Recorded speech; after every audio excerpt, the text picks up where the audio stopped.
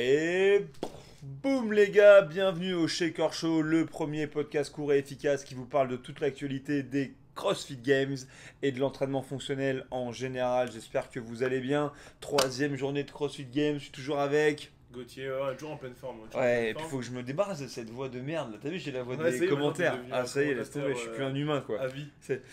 Bonjour, on va prendre l'ascenseur. Est-ce que tu vas prendre l'étage numéro 6? Est-ce que tu vas prendre le rez-de-chaussée? Le débat est complet. Non, blague à part, on est content de vous retrouver. On va essayer de faire ensemble avec Gauthier un peu un récap succinct de cette troisième journée pour que vous compreniez un peu les enjeux, un peu le leaderboard, qu'on Ouais. parle aussi des Frenchies. Ouais.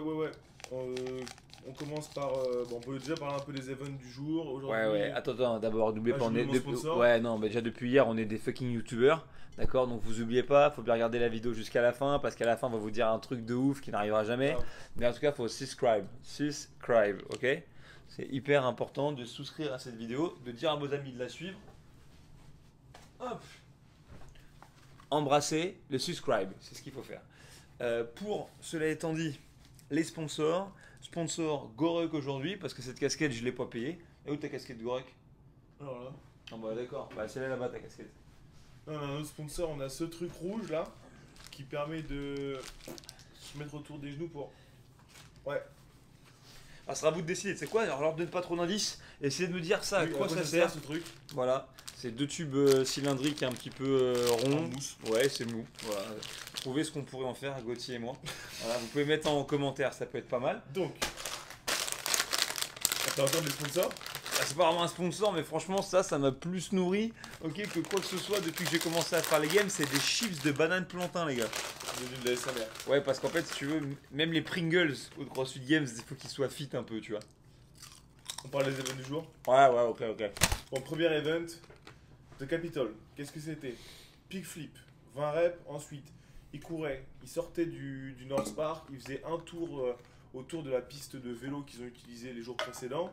Et ensuite, ils revenaient et ils allaient jusqu'au Capitol à Madison. Et ils devaient réaliser là-bas 200 mètres avec des jerrycans En tissu. En tissu, exactement. Une fois qu'ils avaient fait ça, ils couraient jusqu'à un Usafel et ils devaient marcher avec le Usafel, puis monter les marches jusqu'en haut du Capitole. Exactement. Alors, pour comprendre l'intérêt de cette épreuve et pourquoi est-ce qu'on l'appelait le Capitole, il y a plusieurs trucs à comprendre. C'est que Madison, je sais pas comment vous décrire la ville, mais en gros, il y a un Capitole qui ressemble à la Maison Blanche au milieu. Donc, c'était cool de les faire courir du stade jusque là-bas. Ensuite, c'était marrant parce que du coup, on a utilisé quand même des nouveaux outils. Ouais, c'est clair. Notamment les jerrycans en tissu, là, quoi, 40 kilos de chaque côté, ça faisait quand même son petit pesant de cacahuètes. Et puis le Usafel Bag. Et c'était franchement, un putain d'event, hein, je m'en fous, je peux dire ce que je veux, on est sur YouTube. C'était un putain d'event parce que lorsqu'on a commencé à le broadcaster, là, à le commenter, moi je m'attendais, je croyais d'avoir un truc hyper chiant où il faudrait meubler. Mais en fait, pas du tout, parce que ça va finalement relativement vite. Les mecs, ils ont cavalé, notamment Travis Meyer sur la première vague. Il a cavalé ses 5 km en 23 minutes. Pour un gars, c'est sa troisième jour de compétition, sans récupération, sans rien. Il crève de chaud à Madison. Il a envoyé la sauce vraiment énervé. Et puis, ensuite, une fois qu'ils sont arrivés en centre-ville, bah, c'était vraiment cool. Déjà, à regarder le fait de les voir déplacer un petit peu les charges. Il y avait de la stratégie et un peu de technique pour se déplacer avec les jerrycans. Puis ensuite, avec le Usafel, notamment parce qu'ils étaient libres de le porter comme ils voulaient au début. Puis après, ils devaient le porter comme ça ici devant sur les marches. Et franchement, le sac de sable là, en logeance de la. Comment tu dis là quand c'est orange un truc? Quand tu te fous de ma gueule là pour les maniques, tu dis que c'est quoi? Ah oui, la domaine de la Sanef. Et ouais, exactement. Bon, voilà, c'était le sac de sable de la Sanef. Mais ça a éclaté un paquet d'athlètes. Donc, à nouveau, il s'est passé plein de trucs hyper intéressants. Sur le leaderboard, qu'est-ce qui était vraiment cool à regarder? Bah, en toute transparence, pour commencer chez les femmes, parce que en fait, je voulais qu'on commence par les mecs. Mais je suis un peu keblo sur le leaderboard des femmes. Tu veux quoi? Moi, j'ai déjà parti sur les mecs. Mais vas-y, on fait les femmes, c'est parti. Ok, on fait les femmes. Bah, Sur il y le avait, Capitole, du coup. ouais, il y avait de c'est- l'enjeu. Ouais, c'est Gabriel Migala qui s'en est bien sorti sur cet événement. Ouais, elle a bien tourné, Gabriela C'est la Migama. finale en 33 minutes de cet événement. Laura Horvat a fini deuxième de cet événement, Tia Toumi troisième, Brooke Wells quatrième et Illy Adams cinquième. Ouais, et donc ce qu'il y a à retenir de cet event, c'est que lorsqu'elle a démarré la journée, du coup, Tia Claire Toomey, elle était à la troisième position. C'était son pire classement depuis 2015 à ce stade-là des Games. Donc là, elle a pu reprendre son maillot de leader. Et si jamais vous regardez cet event chez les femmes, bon, il y a deux trucs que je vous conseille de regarder. La première chose que vous devriez observer, c'est vraiment le tragique destin d'Amélie Adams, simplement parce que franchement elle fait une super course, vu qu'elle fait du cross-country, elle arrive avec les jerrycans, elle se déplace au même rythme que les garçons, parce qu'ils ont fait partir des garçons et des femmes en même temps, et elle explose sur le Husafellbach, c'est-à-dire qu'à un moment donné il lui reste que quelques marches à dépasser, et elle se fait dépasser par masse d'athlètes parce qu'elle a plus la ressource nécessaire pour ramasser le sac du sol. Ça c'est l'image numéro 1 à retenir selon moi. Et puis la deuxième, eh ben, c'est celle qui a terminé cette épreuve pour clôturer en dernier. Il n'y avait pas de cap time, donc elle a vraiment fini loin derrière les autres. Elle était vraiment en souffrance sur cette épreuve. C'est une athlète qui s'appelle Rebecca Fuselier, une américaine. Et elle s'est fait entourer, je sais pas si tu as vu cette image. Ouais, j'ai vu, c'était ouf. Franchement, c'était vraiment une belle image. Toute la foule quoi, qui était présente au Capitole, qui pour l'encourager sur la fin l'a entourée pour la pousser à faire les quelques mètres qu'elle avait à faire avec le Husafellbach. Franchement, ça envoyait la sauce. Et du coup, du côté des mecs, qu'est-ce qu'on a sur le leaderboard? Alors, on a Ricky Garrard qui a fini premier, sans grande surprise. On sait que c'est un mec qui est capable de courir très très Non, vite. on a compris que t'aimais bien les anciens tricheurs repentis. On a compris, on a compris. En deuxième, on a eu Roman Krennikov, pareil, sans grande surprise. On sait que c'est un athlète qui a un cardio et un moteur hors du commun. Et ensuite, on a retrouvé Travis Meyer qui est le seul issu dans le top 3 de la première vague. Ouais, donc lui, il n'avait vraiment même pas de lièvre, hein. C'est lui qui a ouvert le chemin sur la première vague. Ensuite, Samuel Quant, et Jason Hopper et Jeffrey Adler qui continue sa folle remontée en haut du classement. Ouais, donc à nouveau, hein, franchement, ce qu'il y a de cool, si vous regardez un petit peu les garçons, il y a deux, trois moments clés. Le premier truc qui est chouette, c'est vraiment de voir l'attaque de Krennikov, c'est-à-dire qu'il passe dans une deuxième vague après Travis Mayer, donc on arrive quand même à évaluer son temps.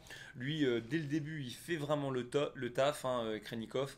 Il est assez impressionnant, on sent Medeiros un petit peu en deçà. Et voilà, il fait la course, il cavale assez fort, et avec lui, il y a Dukic. Donc au début c'est très accroché hein, entre le russe et le serbe. Et puis à un moment donné quand il faut commencer à déplacer les hot objects, Dukic explose un petit peu et Krennikov lui continue son effort. Avec eux il y a Garhart. Donc ça fait un petit peu ce trio de tête qui avance. Et il y a vraiment une phase où on croit que Krennikov il va prendre l'event. Dans le sens où comme je l'ai dit au début ils doivent porter le sac. Puis après ils sont contraints de le porter comme ça. Et Garhart il met le sac au sol pour reprendre sa prise et repartir. Et Krennikov, il est là, et Flack, il le fait glisser, il le reprend directement. Donc il y a une transition de moins, et on croit vraiment que ça va le faire. Et il se fait clouer au poteau, hein, finalement, au dernier moment, par Ricky Garhart, qui prend encore du coup la première place et un event win, qui au passage lorsqu'on lui pose la question de savoir comment est-ce qu'il appréhende cette année aux Games, il dit que de toute façon, ce qui lui est arrivé par le passé, c'est que de sa faute. Donc c'est quand même un joli mea culpa. Que ça fait 4 ans qu'il patiente d'avoir l'opportunité de revenir et montrer de quoi il est fait. Donc voilà, après vous en pensez ce que vous voulez. Très franchement, c'est pas le sujet de ce podcast, mais en tout cas, ça permet de créer un bel event. Et puis du coup, si on descend, donc Roman Krennikov, effectivement, tu l'as dit deuxième, tu as donné un petit peu le classement. Ouais. Et puis on sent vraiment un Jeffrey Adler tout en puissance. Et ça va un petit peu se confirmer sur le reste de la journée. Carrément. Quand on parle du reste de la journée, en fait, cet événement-là, si vous voulez un peu de off, l'événement numéro 2 de la journée, il a été annoncé à la suite des standards de l'événement 1 qu'on connaissait déjà. Une fois qu'ils ont su qu'ils devaient porter le sandbag et tout ça, les athlètes sont restés en place et on leur a annoncé directement à la suite l'événement suivant qui était composé de 3 tours pour le temps, de 12 muscle-up, 25 jump-over sur différents éléments à chaque tour, puis 30 GHD sit-up et ils devaient terminer par des lunges. Ouais, donc avant d'attaquer hein, sur cet event-là qui était le event des Indis, il faut quand même parler de comment s'est débrouillé Bozeman pour faire le premier event de la journée aux équipes. Et bah simplement, il leur a proposé une épreuve très différente pour pouvoir réutiliser aussi l'équipement qu'il avait prévu en partie pour faire bosser les Indis sur leur deuxième épreuve de la journée. Donc ce à quoi on a eu droit, c'est un event très simple, 4 tours, 10 muscle-up synchro à 4 et 10 retournées de flip, deux athlètes, hein, homme-homme, femme-femme, chacun sur un pig.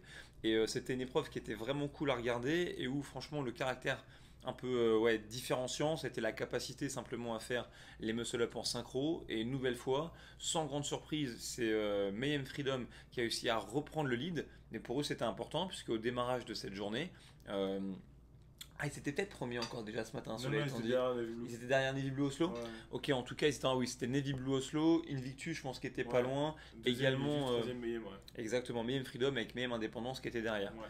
Et franchement, l'équipe de Rich Froning, ils ont été. De manière générale, imparable, aujourd'hui, l'équipe de Rich Froning, ils ont gagné. Il n'y a pas de. Faut pas chercher trop loin derrière. Si vous cherchez qui a gagné, c'est Rich. Rich Froning. Mais il a l'air de prendre quand même beaucoup de plaisir, donc ça c'était cool. C'était sur le rack, le rig, le Zeus, là, le grand rig, donc les straps étaient très très longues, donc je pense que ça a dû quand même pas faciliter la tâche des athlètes de venir faire le muscle up dessus. Et on pourra en reparler, hein, il n'y a pas de critique négative nécessairement là-dedans. Hein. Beau, je t'aime, tu es le seul qui peut me juger. Mais c'est juste que beaucoup de poussées, beaucoup d'épaules. Et donc pour tous ceux qui ont eu besoin de s'attendre les uns les autres en haut pardon, du muscle up, la sanction est tombée très très vite. Mais donc regardez-le, hein, cet event. C'est l'event Ring Muscle Up et retourné de pic. Franchement, il a envoyé la sauce. Et puis, du coup, voilà, pour en revenir à la deuxième épreuve de la journée des Indives, on a recyclé un peu cet équipement. Le pic pour en faire un premier obstacle. Ensuite, une box très haute, hein, je crois 107 cm. Ouais, je pense même qu'il commençait par le rondin. Hein. Et effectivement, le rondin qui était encore plus haut. Et donc, du coup, les athlètes, c'est pareil en Indive. Donc, 12 muscle up, 25 franchissements d'un obstacle, du GHD sit-up pour 30 répétitions. On tournait 3 fois. À chaque fois, on changeait d'obstacle pour prendre des choses qui étaient de plus en plus petites. Et après, on avait un nouveau, ça c'est mon expression favorite, là, un juge de paix. Mais 84 kilos en front track lunge pour les garçons, 50 et des bananes pour les filles. Et tout le terrain de foot à traverser. Terrain de foot synthétique, voilà, j'ai été vérifié. Bar en plus. Bar. En fait, quand ils ont montré l'entraînement, la barre n'était pas du tout chargée comme pour le WOD. Donc moi, avec mon anglais approximatif, je me suis dit, ils vont faire des lunges à 40 kg, ça va rouler cette affaire. Et quand j'ai vu le replay de l'épreuve, je me suis dit, ah ouais, non, c'était carrément beaucoup plus lourd. Donc on a eu ça en workout 6, si je dis pas de bêtises, 1, 2, 3, 4, 5. Ouais, 6, tu veux rester sur les garçons, il s'appelle Up and Over cet event-là. Ouais, donc le workout 6. Et donc on a Saxon Punchy qui l'a remporté, lui qui avait fait 5ème, je crois, au 6ème sur le Capitole. Mais franchement, ça changeait pas grand-chose à l'histoire, parce que la vraie question, c'était de savoir si notamment Justin Medeiros, mais aussi Krenikov, allaient pouvoir rattraper le retard qu'ils avaient sur Gerhardt, parce qu'ils commençaient quand même à accumuler 70 points. Et autant il s'est trouvé Krenikov, malheureusement, autant Justin Medeiros, il a signé une jolie deuxième place, mais juste devant Ricky Gerhardt. Ouais, c'était pas suffisant pour les prendre. Ouais, il n'a pas repris grand chose, mais en tout cas, à nouveau, bel event, belle course là-dessus. Chez les filles, si on regarde un petit peu le classement sur cette même épreuve, et c'est Tia Claire Toumi qui a à nouveau repris le lead sur cet event-là, et elle, pour le coup, ça lui a permis de conforter un petit peu son écart, ou du moins sa position de leader à nouveau, mais derrière, hein, ça a poussé fort les deux cadettes, ces deux plus jeunes athlètes féminines de tout le floor, hein, qui sont deuxième et troisième à ce moment-là, à savoir Mallory O'Brien et Emma Lawson, l'Irlandaise. Emma Lawson, même la Canadienne, carrément. Pardon, excuse-moi, je confonds avec Emma Kincaid qui s'est bien démarrée sur l'épreuve suivante dont on va parler maintenant. Mais bon, en tout cas, ça ne change rien au fait que Mallory O'Brien et Emma Lawson sont les plus jeunes. J'ai du mal avec cette Emma Lawson, je l'ai appelée Watson, Emma Domas. Elle peut pas prendre tous les œufs. T'as entendu Emma Domas? Est-ce que t'es assez vieux pour savoir? C'est une meuf qui a fait la Star Academy. Ah ok, non, je l'avais pas. Est-ce que tu veux parler quoi? Tu parlais de l'event en team du coup Ouais, je pense que c'est intéressant, c'est de revenir cette fois-ci à nouveau sur les teams. Et plus intéressant, on va bien sûr parler de l'event, mais c'est de parler surtout du nouveau mouvement qui était proposé par Bozeman aujourd'hui. Ouais, c'est un jour une nouveauté. Là maintenant, c'était les handstand push-up face à une plaque de plexiglas et une brique pour venir créer ça en déficit. Avec, il faut s'imaginer sur cette brique une ligne blanche qui permet de mesurer véritablement à quel endroit doivent s'arrêter les athlètes. Et j'ai vu une sorte de rameur synchro aussi, si je me trompe pas. Ouais, c'était vraiment intéressant cette épreuve pour plusieurs raisons. Donc déjà effectivement ce nouveau mouvement, donc handstand push-up strict sur un bloc face à une vitre. On peut se poser la question de savoir d'où est-ce que ça sort, mais une nouvelle fois, lisez Freestyle de Dave Durant, allez voir les anciennes vidéos de Jeff Tucker et aussi de Dave Durant, qui était peut-être la première génération de mecs à s'être occupés de ce qu'on appelle CrossFit gymnastique, et vous verrez que c'est vraiment ce mouvement-là, ça fait partie des fondamentaux, des basiques, parfois même avant de faire du handstand push-up traditionnel, donc travailler les alignements, gagner de la force. Donc ça c'était le premier truc. Et ensuite, effectivement, le fait de faire du rameur en synchro, et les rameurs étaient posés sur des structures au sol, j'imagine qu'en aviron ils connaissent ça très bien, mais qui contraignaient simplement les athlètes à bosser en synchro pour pouvoir tirer ensemble. Et ce qu'il y avait de marrant, c'est que la deuxième difficulté qui était proposée, c'était le fait d'être capable de tenir en handstand hold sur une surface qui devait faire, je sais pas moi, peut-être aller 80 cm sur 80 cm. Donc il y avait du nouveau challenge. Si vous voulez le détail de cet entraînement, bien sûr, vous pouvez regarder tous les descriptifs sur le site des CrossFit Games. Mais une nouvelle fois, ce qui est intéressant, c'est que c'est qui a gagné? Ouais, je crois que c'est encore Mayhem. Hein. Ah bah il n'y a pas d'histoire, un CrossFit Mayhem devant Oslo Navy Blue qui se défendait toujours hein, à ce moment-là de la compétition. Donc là, on est good pour les teams. Est-ce que tu veux qu'on fasse le Mm. classement de cet entraînement-là? C'était quoi? C'était leur workout 6, c'est ça? Ouais, c'est intéressant de voir ce classement-là. C'est Ah, Reykjavik, effectivement. troisième. Voilà. Exactement, voilà, c'est ça qui est important de Voilà. souligner, c'est qu'on les a un peu annoncés morts trop tôt, hein. Même nous les premiers on disait oui, Lauren Fischer, elle est blessée, gna gna. Ouais, ils sont en train de faire un retour. Hein. Et ouais, exactement, hein. Donc je sais pas exactement ce qui s'est passé, mais apparemment ça va mieux. Et donc sur cette épreuve, ils prennent la troisième place, Reykjavik, et on va le voir hein, lorsqu'on va arriver à la conclusion de cette journée. Eux qui étaient au départ vraiment dans les choux au début de la compétition, sont revenus progressivement septième, cinquième, et là, ils sont maintenant, pour ainsi dire, je ne veux pas dire un dinnerie, mais je crois à la troisième place du classement général. Donc vraiment, c'est là que ça s'est passé et que ça s'est vu. Du côté du coup des indives, si on s'intéresse pour commencer aux garçons, qu'est-ce qu'on avait à peu près comme event? Bah, on a eu un event avec du coup un couplet en fait, comme on a pu retrouver carrément l'avant-veille avec un travail plutôt axé sur les jambes et le cardio et un travail du haut du corps. Donc on avait des calories et cobayes à compléter. Puis c'est le fameux bloc handstand push-up sur 10 répétitions et avec des calories au milieu, 20 à faire, puis 10 blocs HSPU, 20 et cobayes calories et ensuite 10 blocs HSPU. On terminait par un sprint sur 30 reps à fond à les cobayes. Et ça, c'est marrant parce qu'au niveau de la structure, ça ressemble beaucoup au type d'entraînement que pourrait programmer par exemple Pat Sherwood qui s'occupe de l'inchpin. C'est-à-dire, il aime bien des fois faire des entraînements où tu commences par un ergo, tu finis par un ergo. Et puis là, à observer, c'était intéressant. Pour le coup, j'avais beaucoup de data moi sur les chronos des athlètes, à la fois sur l'écho et à la fois sur le handstand push-up. Et donc, on se rendait bien compte qu'en fonction du profil, soit on voulait bombarder sur l'écho pour avoir un peu plus de temps pour se gérer davantage sur la handstand push-up, soit au contraire, on voulait spacer sur les handstand push-up et tenter d'optimiser au maximum les temps sur le travail de gymnastique, donc se pacer par exemple sur le bike et optimiser le temps sur le travail de gymnastique. Et il y a quand même eu deux trois extraterrestres hein, qui ont effectué cet entraînement. Moi, le premier qui me vient à l'esprit chez les garçons, en tout cas, c'est vraiment Will Mourad. Ouais, évidemment, le Pouah. vétéran de la compétition cette année qui a envoyé un temps en 6,30, donc c'était vraiment stratosphérique comme performance. Et puis là, quelqu'un qu'on n'attendait pas du tout à cet endroit-là, évidemment Jason Hopper a fini deuxième, mais c'est Roman Krenikov, quoi, du haut de ses 105 kilos. On s'est dit, bon, moi sur l'handstand push-up face à la vitre, ça va être compliqué. Et finalement, il a fini troisième à 30 secondes de Will Mourad. Exactement, et puis quatrième, on passe rapidement, hein, mais c'est Enrico Zenoni, c'est l'italien, le premier italien à s'être qualifié en élite homme pour les CrossFit Games.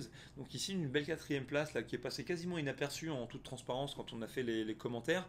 Mais pourquoi est-ce que j'en reparle? C'est parce que, mine de rien, il a eu aussi, du coup, lors de cet event-là, un event to win. Et du coup, c'est peut-être son premier event to win. Et c'est drôle parce que c'est lui, sa première année qu'il fait aux Games.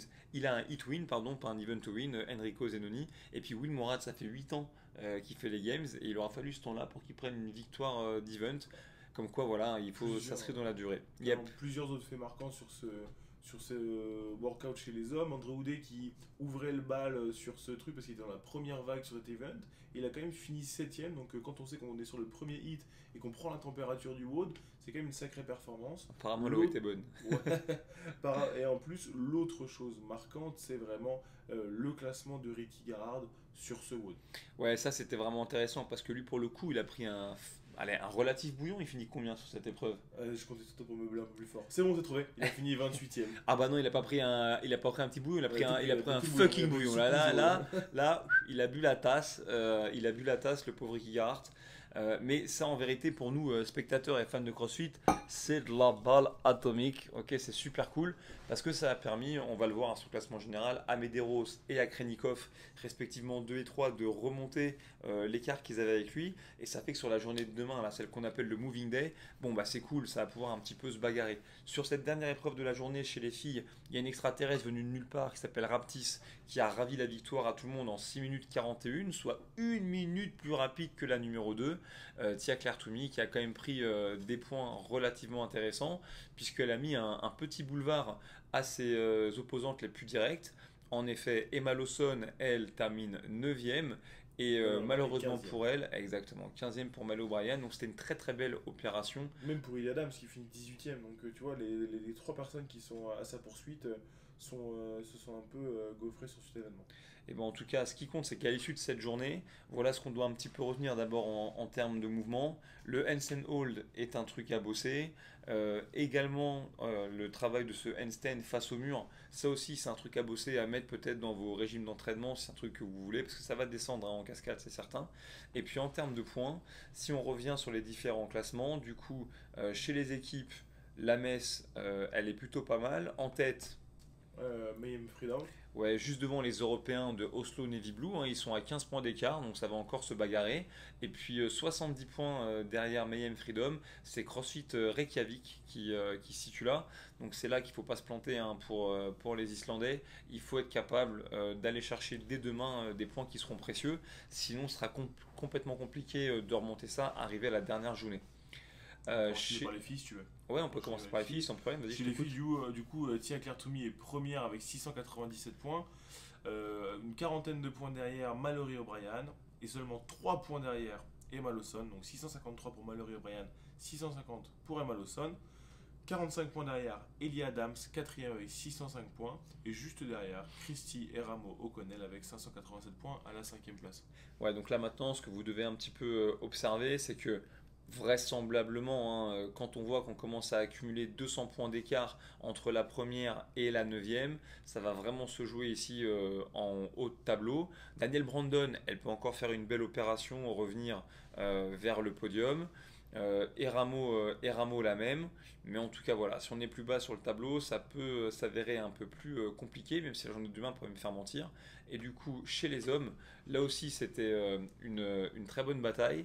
Et si du coup on regarde le classement général, c'est ce que j'essaie d'obtenir si possible dans Ricky Garrard l'ordre. a 681 points.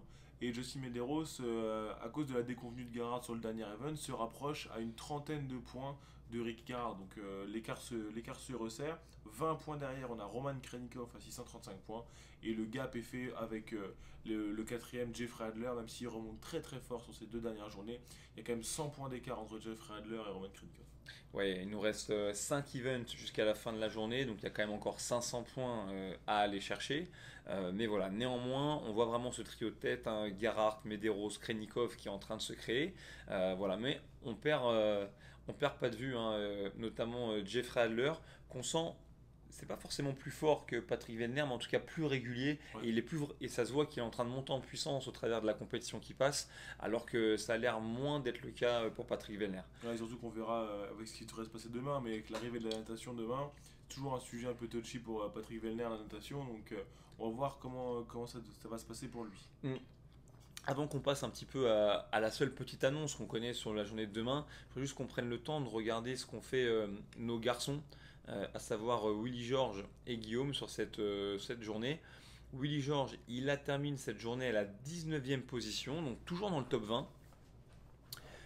Au final, franchement, au vu des épreuves et au vu de la sollicitation que ça a amené sur les épaules, je dirais que très franchement, on s'en sort pas si mal hein, chez le Vosgien. Je regarde un petit peu ce qui pourrait l'amener au top 10. Ouais, il est à 100 points d'écart avec ce qui pourrait le ramener au top 10. Si on regarde ces events depuis le début de la compétition, je remonte un petit peu tranquillou. Donc ça a bien démarré sur le vélo, 16-13 a limité la casse hein, sur l'épreuve de l'haltéro et de la course à pied, 36 et 25 c'est ça qui lui a fait mal, donc 36 d'abord sur le travail de skill ouais, avec l'inversion des épaules, et puis 25 ce matin si je dis pas de bêtises avec... ah non, 25 à l'épreuve du Elisabeth, mais ça c'est pareil, l'exercice de poussée en position de dips, et puis ensuite sur les épreuves d'aujourd'hui, bon bah il est quand même pas mal revenu, il fait 11, 16, 31. Voilà, en tout cas, ça le met 19e au général. Voir s'il va avoir la ressource nécessaire pour refaire un top 10, qui je pense serait à l'heure actuelle son objectif.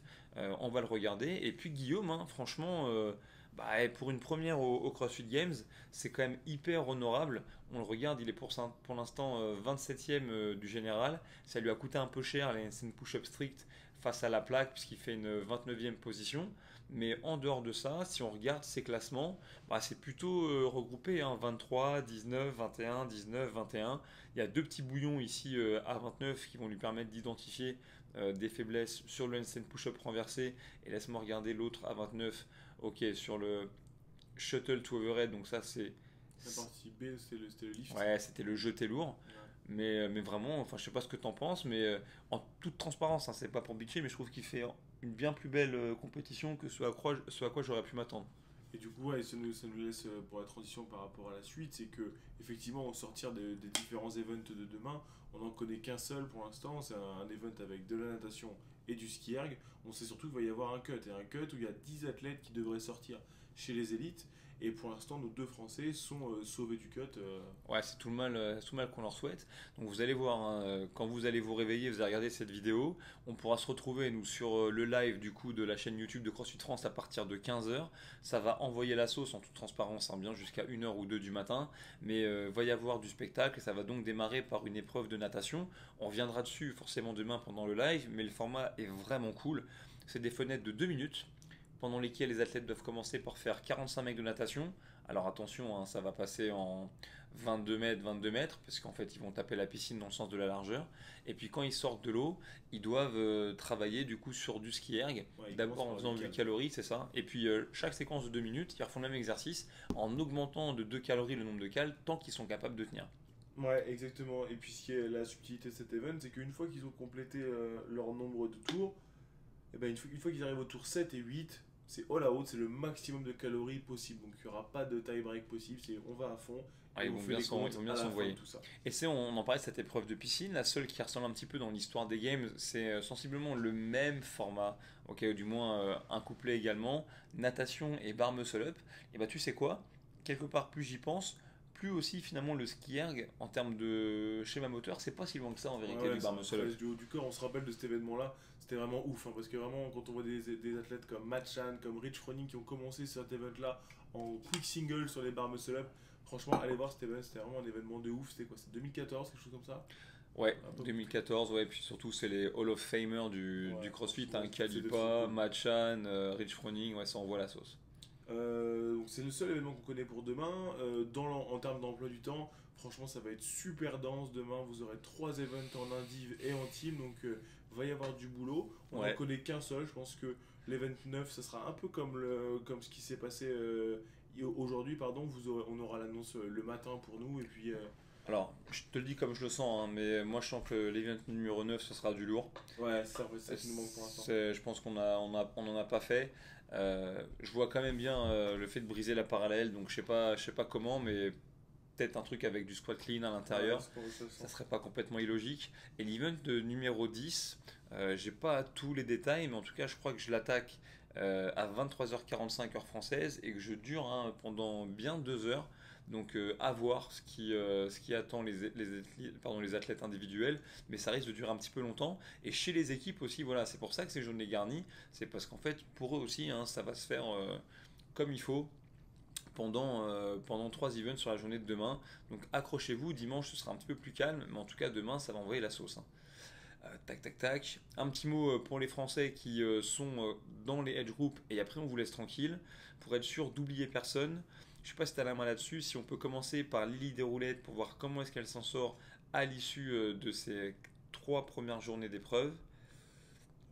C'est en train de charger pour moi. Pam, pam, pam, pam, pam, pam. Men.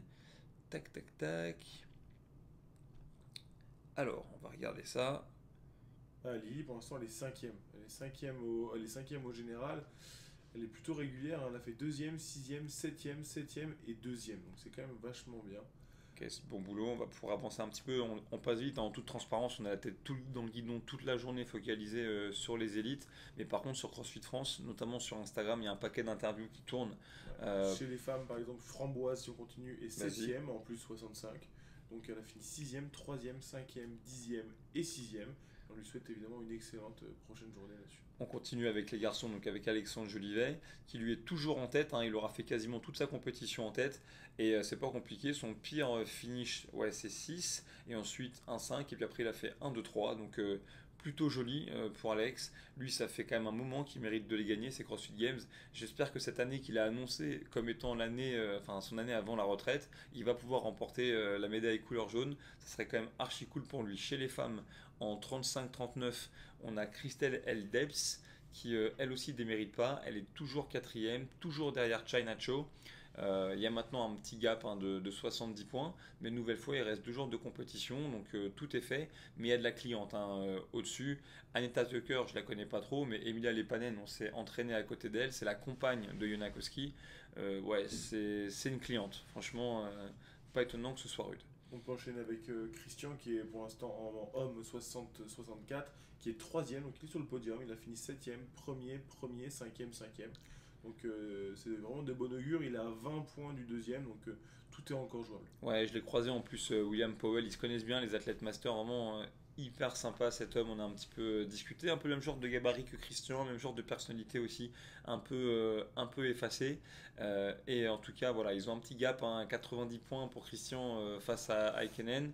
Ouais, ça va être dur de remonter. Le mec, il survole un petit peu la Ouais. catégorie. Il fait premier, quatrième, troisième et premier.